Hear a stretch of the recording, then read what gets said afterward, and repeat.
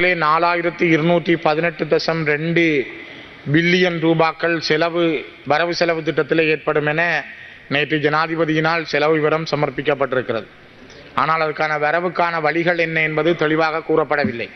குறிப்பாக இந்த 100% செலவுகளிலே 2898.1 மில்லியன் 69% நடைமுறை செலவுகளுக்காக இந்த நாட்டிலே ஒதுக்கப்பட்டிருக்கிறது. 31% மட்டுமே 1320.2 பில்லியன் ரூபாய்கள் மட்டுமே முதலீடுகளாக இருக்கிறது. ஒரு நாட்டினுடைய பொருளாதார வளர்ச்சி என்பதும் பொருளியல் ரீதியாக அந்த நாடு முன்னேறுதல் என்பதும் நடைமுறை செலவை விட மூலதன செலவினூடாக அந்த நாட்டினுடைய பொருளாதாரம் கட்டியெழுப்பப்பட வேண்டும். அந்த நாட்டினுடைய பொருளாதாரத்தை கட்டியெழுப்புவதற்கு வீழ்ந்து போயிருக்கும் இலங்கையின் பொருளாதாரத்தை நிமித்துவதற்கு இலங்கையினுடைய மிக நெருக்கடியான காலத்திலே பொறுப்பை எடுத்திருக்கிற நீங்கள் இந்த விடயத்திலே அதிகமான கவனம் செலுத்த வேண்டிய ஒரு காலகட்டம் என்பதையும் நான் இந்த இடத்திலே குறிப்பிட விரும்புகிறேன். குறிப்பாக நீங்கள் பாதுகாப்பு செலவாக மொத்த வரவு செலவு திட்டத்திலே 10.5 கிட்டத்தட்ட 11% ஒதுக்கி இருக்கிறீர்கள். இந்த நாட்டிலே யுத்தம் இல்லை, சண்டை இல்லை, ஆயுதங்களுடைய சரசரப்புகள் இல்லை.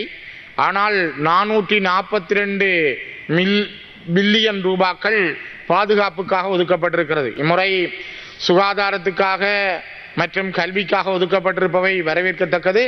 இருந்தாலும் கூட பாதுகாப்பினுடையது இன்னும் பல மக்கள் குடியேற்றப்படவில்லை, மக்களுடைய காணிகள் விடுவிக்கப்படவில்லை.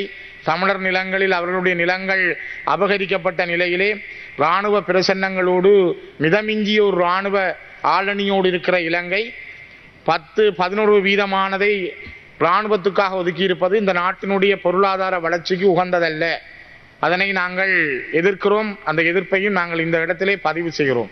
மிக முக்கியமாக இந்த நாட்டினுடைய பொருளாதாரம் வளர வேண்டுமென்றால் இந்த நாட்டிலே இருக்கின்ற இனங்களுக்கு இடையிலான ஒற்றுமை பலமாக்கப்பட வேண்டும். ஜனாதிபதி அவர்கள் கூட நேற்று குறிப்பிட்டிருந்தார் தன்னுடைய முடிவுரையிலே, ஒன்றுபட்ட இலங்கை, தூய்மையான இலங்கை, வளமான இலங்கை, ஒரு வாய்ப்பை காண நான் விரும்புகிறேன் என்ற வார்த்தைகளை சொன்னார். நல்ல வார்த்தைகள். ஒன்றுபட்ட இலங்கைக்குள் இருக்கின்ற தேசிய இனங்கள், தமிழ் தேசிய இனம், சிங்கள தேசிய இனம், இங்கே வாழுகின்ற மலையக தமிழ் தேசிய இனம், முஸ்லிம் தேசிய இனங்களுடைய இருப்புக்கள் எவ்வாறு பேணப்படும்?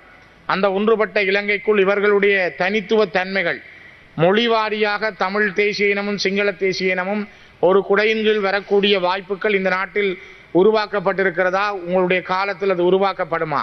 ஒரு தூய்மையான இலங்கையை காண நாங்களும் நீங்களும் கரங்களை கோர்த்து கொள்ள வேண்டுமென்றால் அந்த நாட்டிலே தூய்மையான எண்ணங்கள், தூய்மையான சட்டங்கள், தூய்மையான நடைமுறைகள் இருக்க வேண்டும். அந்த நடைமுறைகள் மக்கள் நம்பக்கூடிய வகையிலே அமைய வேண்டும். அவையை எவ்வாறு நீங்கள் உருவாக்கப் போகிறீர்கள்? வளமான இலங்கையை கட்டியெழுப்ப இலங்கையின் வீரர்களை கொண்ட புலம்பெயர்ந்தோரே வாருங்கள் என்ற அழைப்பையும் ஜனாதிபதி அவர்கள் முன்வைத்திருந்தார். புலம்பெயர் நாடுகளில் வாழுகின்ற தமிழர்கள் இன்று ஒரு சக்தியாக இருக்கிறார்கள் என்பதும் உங்களுக்கு தெரியும். உங்கள் மீதும் அவர்கள் அபிமானம் கொண்டிருக்கிறார்கள். அந்த தமிழர்களுடைய வரவை ஜனாதிபதி அல்லது அவருடைய தொடர்பை விரும்புகின்றார். ஆனால் இந்த மண்ணிலே ஒரு நீண்ட காலமாக புரியோடி போயிருக்கிற தமிழ் மக்களுடைய பிரச்சனை தொடர்பிலே இந்த அரசாங்கத்தில் இருப்பவர்கள் பேசுவதற்கு மறுக்கிறார்கள் அல்லது தயங்குகிறார்கள். நான் குறிப்பாக சிங்கப்பூருடைய பிதாமகன், சிங்கப்பூருடைய சிருஷ்டி லீகுவான் பற்றியும் நேற்று ஜனாதிபதி குறிப்பிட்டிருந்தார். ஒரு காலத்திலே சிங்கப்பூர் இலங்கையை விட நாங்கள் வளர வேண்டும் என்று நினைத்தார்கள். ஜப்பான் நாடு இலங்கையை விட நாங்கள் வளர வேண்டும் என்று நினைத்தார்கள். கொரியா இலங்கையை விட வளர வேண்டும் என்று நினைத்தார்கள். ஆனால் இலங்கை அந்த 1940களில் எப்படி இருந்ததோ அந்த நிலையில் தான் இப்பொழுதும் இருக்கிறது. ஆனால் இலங்கையை விட வளர வேண்டும் என்று சொன்ன நாடுகள் இன்று இலங்கைக்கு கடன் கொடுக்கக்கூடிய அளவுக்கு வளர்ந்திருக்கிறார்கள். காரணம், அந்த நாடுகளில் இருக்கின்ற ஒற்றுமையும் பலமும். இந்த நாட்டிலே சமஷ்டி பற்றி பேசப்பட்டு கிட்டத்தட்ட 100 ஆண்டுகள் நெருங்குகிறது. இந்த வருகிற ஆண்டு 2026ஆம் ஆண்டு வந்தால் இலங்கையிலே சமஷ்டி பற்றிய வார்த்தைகள் உச்சரிக்கப்பட்டு 100 ஆண்டுகள், ஒரு சதம் அடிக்கிற காலத்தை நெருங்குகிறது. சமஷ்டி என்ற சொல் இலங்கை அரசியலில் அறிமுகமாகி 100 வருடங்கள் நெருக்கமாகிறது. தயவு செய்து யோசியுங்கள். இந்த நாட்டிலே ஒரு இனப்பிரச்சனை இருக்கிறது என்பதை முதலிலே சிந்தியுங்கள். இங்கே எல்லாரும் சமம் என்கிற வார்த்தைகள் சொல்லப்படுகின்றன. அது வார்த்தைகளுக்கும் வார்த்தை ஜாலங்களுக்கும் அது பொருந்தும். ஆனால் ஒரு சிங்கள தேசிய இனத்தினுடைய அடையாளங்களும் நிலமும் சிங்கள தேசிய இனத்தினுடைய மொழியும் அவர்களுடைய அடையாளமும் எவ்வளவு முக்கியமோ அதே போல இந்த மண்ணிலே வரலாற்று வழிவந்த ஒரு தேசிய இனமான தோன்றி இந்த மண்ணிலே வளர்ந்த பஞ்ச ஈச்சரங்களோடு தன்னை அடையாளப்படுத்தி வாழ்ந்த இந்த மண்ணிலே தோன்றி வளர்ந்த தேசிய இனமான தமிழ் தேசிய இனத்தை அங்கீகரிக்காத வரை, தமிழ் தேசிய இனத்துக்கான ஒரு அங்கீகாரத்தை இந்த நாட்டிலே நீங்கள் வழங்காத வரை இந்த நாட்டினுடைய வளமான பயணங்கள், தூய்மையான பயணங்கள் எவ்வாறு கொண்டு செல்லப்பட போகிறது என்ற கேள்வி எங்களிடம் எழுகிறது. அதனால் தான் புலம்பெயர் நாடுகளிலே வாழுகின்றவர்களும் சரி, நிலத்திலே இருக்கின்றவர்களும் நாங்கள் இந்த நாட்டிலே எங்களுடைய கரங்களை உங்களோடு கோர்த்து கொள்ள விரும்புகிறோம். ஆனால் நீங்கள் நீங்களாகவும் நாங்கள் நாங்களாகவும் அந்த கரங்கள் இறுக பற்றி கொள்ளப்பட வேண்டும். அப்பொழுதுதான் இந்த நாட்டினுடைய சமாதானமும் பொருளாதாரமும் எதிர்காலமும் மிகப்பெரிய பலமாக கட்டி வளர்க்கக்கூடியதாக இருக்கும். இந்த நாடு சமமான பிரஜைகளாக தாம் வாழ்வதற்கான அரசியல் கோரிக்கைகளை முன்வைத்த போதுதான் தமிழ் மக்களுக்கு எதிரான வன்முறைகள் கட்டவிழ்த்து விடப்பட்டன என்பதை தயவு செய்து புரிந்து கொள்ளுங்கள். ஒரு காலகட்டத்திலே பொருளாதார தடைகளாக இருக்கட்டும் அல்லது அவருடைய கற்றலுக்கான அந்த தடைகள், இந்த எல்லா விடயங்களும் தமிழர்கள் மீது அவர்கள் சமமான உரிமைகளை கேட்கிற பொழுதுதான் தடுக்கப்பட்டது. ஆனால் நாங்கள் இப்பொழுது சம உரிமை பற்றி பேசுகிற பொழுது கடந்த காலங்களை மறந்து விடுகிறோம். கடந்த காலங்களை மறந்து ஒரு வன்முறை போல அது சிருஷ்டிக்கப்படுகிறது. தயவு செய்து நாட்டிலே ஒரு இனப்பிரச்சனை இருக்கிறது. இது ஒரு நீண்ட நீறுபூத்த பிரச்சனையாகவே இந்த நாட்டில் இருந்து கொண்டிருக்கிறது. உங்களை வரவேற்பார்கள், தமிழ் மக்கள் பேசுவார்கள், கைலாகு கொடுப்பார்கள், எல்லாம் உண்மை. ஆனால் இந்த நாட்டிலே அவர்கள் நினைக்கிறார்கள் ஏதாவது ஒன்று நடக்கும், ஒரு முன்னேற்றம் நடக்கும். நீங்களும் ஒரு நீண்ட பயணத்துக்கூடாக வந்தவர்கள், எத்தனை ஆயிரம் வலிகளை சுமந்த ஒரு கட்சி சார்பாக நீங்கள் இன்று ஆட்சி பொறுப்பை ஏற்றிருக்கிறீர்கள். நான் அடிக்கடி இந்த சபையிலே பதிவு செய்திருக்கிறேன். கதிர்காமத்து அழகி மனம்பேரியினுடைய மரணம் பாதிக்கப்பட்ட சிங்கள மக்களுக்கு மட்டுமல்ல, அந்த காலகட்டத்திலே தமிழ் மக்களையும் நிறைந்த அளவிலே பாதித்திருந்தது. எவ்வாறு மனம்பேரியினுடைய மரணத்தை நீங்கள் பார்க்கிறீர்களோ அதே போல இசைப்பிரியாவினுடைய மரணம் எங்களை எவ்வளவு பாதித்திருக்கும் என்பதையும் தயவு செய்து சிந்தித்து பாருங்கள். ஆகவே எங்களுடைய ஒவ்வொரு பிள்ளைகள், எங்களுடைய இளைஞர்கள், நீங்கள் எவ்வாறு ரத்தம் சிந்தி, நீங்கள் கண்ணீர் சிந்தி, வியர்வை சிந்தி 65,000 70,000க்கு மேற்பட்ட சிங்கள இளைஞர்களையும் யுவதிகளையும் பலி கொடுத்து ஒரு நீண்ட பயணத்தினூடாக மெல்ல மெல்ல வளர்ந்து 50 ஆண்டுகள் காத்திருந்து ஒரு அரசியல் உரிமையை ஜனநாயக ரீதியாக உங்களால் நிலைநாட்ட முடிந்திருக்கிறது என்றால் இது இந்த உலக பந்திலே இலங்கையிலே ஏற்பட்ட மிகப்பெரிய ஒரு மாற்றம். இதே மாற்றம் ஏன் தமிழர்களுக்கு வராது என்று கூட நீங்கள் சிந்திக்க வேண்டும். இந்த நாட்டிலே நீங்களும் நாங்களும் சேர்ந்து வாழ வேண்டும்.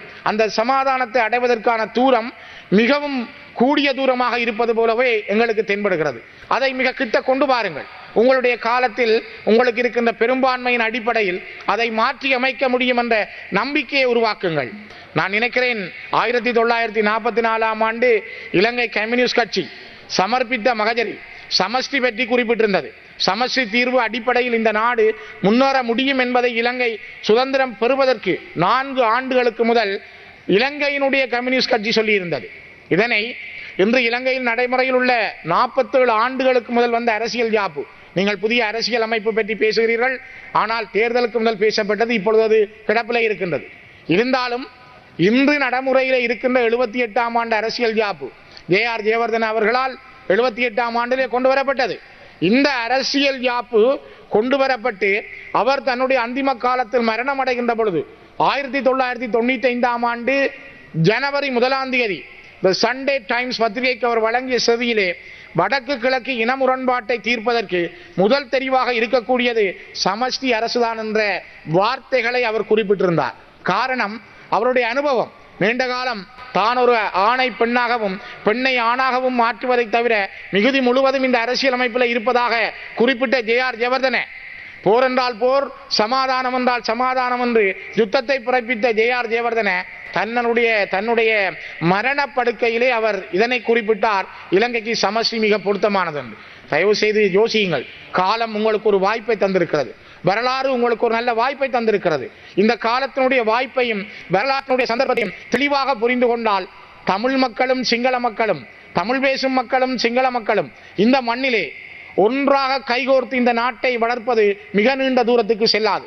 ஆனால் அந்த ஒன்றாக இருத்தல் என்பது சம உரிமை அல்ல, அது நாங்கள் ஒரு தேசிய இனமாகவும் நீங்கள் ஒரு தேசிய இனமாகவும் எங்கள் கரங்களை இறுக பற்றிக் கொள்வதற்கான காரணியாக அது அமைய வேண்டும். பல தடவைகள் தமிழர்கள் ஏமாற்றப்பட்டார்கள். தயவு செய்து பிரதி குழுக்களின் தவிசாளர் அவர்களே, நாங்கள் பல தடவைகள் ஏமாற்றப்பட்டதன் காரணமாகத்தான் நாங்கள் உங்கள் மீது நம்பிக்கைகளை இழந்திருக்கிறோம். குறிப்பாக 1987 ஜூலை 29 கொண்டு வரப்பட்ட இலங்கை இந்திய ஒப்பந்தம் இலங்கையிலே இன்று நடைமுறைப்படுத்தப்படவில்லை. இன்றும் அது கிடப்பிலே இருக்கின்றது. அதனை பயன்படுத்த முடியாது. தற்காலிகமாக இணைக்கப்பட்டிருந்த வடக்கு கிழக்கை உங்களுடைய அரசு, உங்களுடைய ஏபிபியினர் தான் வழக்கு போட்டு பிரித்தார்கள். ஆகவே சமாதானத்தினுடைய கதவுகளை திறக்க வேண்டிய மிகப்பெரிய சாவி இன்று உங்களுடைய கையில் இருக்கிறது. இது உங்களுடைய பொறுப்பு, உங்களுடைய கடமை. அதே போல ஆர் பிரேமதாசா காலத்திலே மங்கள முனசிங்க தெரிவுக்குழு தீர்வு ஆலோசனைகள் கொண்டு வரப்பட்டு கிடப்பிலே போடப்பட்டது. 2000 ஆண்டு ஆகஸ்ட் மாதம் பாராளுமன்றத்தில் ஒரு சட்ட மூலமாக சமர்ப்பிக்கப்பட்ட தீர்வு ஆலோசனைகள் சந்திரிகா காலத்திலே கொண்டு வரப்பட்டன. சந்திரிகா காலத்தில் 95 ஆண்டு 97 அவர் மேற்கொண்ட தீர்வு ஆலோசனைகள், பிரதமர் ரணில் காலத்திலே வெளியிடப்பட்ட ஒஸ்லோ மற்றும் டோக்கியோ அறிக்கைகள், சர்வகட்சி பிரதிநிதிகள் குழுவின் அங்குரார்ப்பண கூட்டத்தில் அப்போதைய ஜனாதிபதி ராஜபக்ச அவர்கள் ஆற்றிய உரை, இந்த மஹிந்த ராஜபக்ச அவர்களால் நியமிக்கப்பட்ட வல்லுநர் குழு ஆகியவற்றின் அறிக்கைகள் அதிகார பகிர்வு பற்றி பேசின ஒரு அருமையான சந்தர்ப்பம் இந்த நாட்டில் இருந்தது. 2010 ஆண்டு போரை முடிவு கொண்டு வந்தேன். நான் தான் ராஜா. சிங்கள மக்கள் மஹிந்த ராஜபக்சவை ஒரு பெரிய ராஜாவாக பார்த்தார்கள். மஹிந்த ராஜபக்சவுக்கு வரலாறு மிகப்பெரிய வாய்ப்பை கொடுத்திருந்தது. அவர் நினைத்திருந்தால் அந்த நேரம் ஒரு மிகப்பெரிய அதிகார பகிர்வுடன் கூடிய சமஷ்டி அடிப்படையிலான அரசியல் தீர்வை முன்வைத்திருந்தால் சிங்கள மக்கள் எதிர்த்திருக்க மாட்டார்கள். அதே காலகட்ட வாய்ப்பொன்று இன்று உங்கள் கைகளுக்கு வந்திருக்கிறது. உங்களிடம் அந்த பெரும்பான்மை இருக்கிறது. சிங்கள மக்கள் உங்களை நம்புகிறார்கள். சிங்கள சகோதரர்கள், சிங்கள சகோதரிகள் உங்களை நம்புகின்றார்கள். நீங்கள் அந்த நம்பிக்கையை கட்டி வளர்த்திருக்கிறீர்கள். மெல்ல மெல்ல 50 ஆண்டுகள் வளர்த்திருக்கிறீர்கள். அதனால் தான் நான் உங்களிடம் கேட்கிறேன், இந்த நம்பிக்கையினூடாக இந்த நாட்டில் இருக்கின்ற நல்லெண்ணங்களை வளர்ப்பதற்கு ஒரு சமாதான யுகத்தை ஆரம்பியுங்கள். அதை விரைவாக செய்யுங்கள். நான் தன்னுடைய 13 வருட முதலமைச்சருடைய அனுபவங்களை வைத்து நான் குறிப்பிடுகிறேன். இலங்கையிலே பிரச்சனையை தீர்ப்பதற்கு உங்களுக்கு முன்னாலே இருக்கக்கூடியது கூட்டு சமஷ்டி பற்றி சிந்தியுங்கள் என்று தயவு செய்து யோசியுங்கள். நாங்கள் பொருளாதாரத்தை கட்டி வளர்ப்பதற்கு, நாங்கள் எல்லோரும் எங்களுடைய கரங்களை பலப்படுத்துவதற்கு எங்களுக்கு முன்னாலே மிகப்பெரிய செய்தி உண்டு. எனக்கு 2 நிமிடம் தாருங்கள். எனக்கு 20 நிமிடங்கள் 18 ஆகி 2 நிமிடம் தாருங்கள் தயவு செய்து. நான் என்னுடைய கருத்தை இனம் சார்ந்து நான் சொல்ல வேண்டும். இதில் ஒரு மிக முக்கியமாக நாங்கள் குறிப்பிட வேண்டியது, இந்த காலகட்டங்களில் எல்லாம் பல பல பேச்சுவார்த்தைகள் நடந்தன. குறிப்பாக GL பீரிஸ் அவர்கள் கூட 2005 ஆண்டில் விடுதலை புலிகளுக்கும் அரசாங்கத்துக்கும் இடையில், ரணில் அரசுக்கும் பிரபாகரனுக்கும் இடையில் நடந்த பேச்சுவார்த்தைகள், அந்த ஒப்பந்தங்களின் அடிப்படையில் பின்வருமாறு பீரிஸ் சொல்கிறார்: தமிழீழ விடுதலை புலிகளின் தலைமைத்துவத்தினால் முன்வைக்கப்பட்ட ஒரு ஆலோசனைக்கு பதிலளிக்கும் வகையில் ஐக்கிய இலங்கைக்குள் சமஷ்டி கட்டமைப்பின் அடிப்படையில் தமிழ் பேசும் மக்களின் வரலாற்று ரீதியான வாழ்விட பிரதேசங்களில் உள்ளக சுயநிர்ணய உரிமை என்னும் கோட்பாட்டின் அடிப்படையில் அமைந்த ஒரு தீர்வினை ஆராய்வதற்கு தரப்புகள் இணங்கின. ஆமா, மிக முக்கியமாக யோசித்து பாருங்கள், இங்கே இருக்கின்ற உறுப்பினர்களே, இவ்வாறெல்லாம் பல காலங்கள் பல விடயங்கள் எட்டப்பட்டிருக்கின்றன. தயவு செய்து ஒரு நிமிடம். இந்த காலங்களில் எட்டப்பட்டதை இப்பொழுது நாங்கள் பேச முடியாமல் நீங்கள் ஏன் இருக்கிறீர்கள்?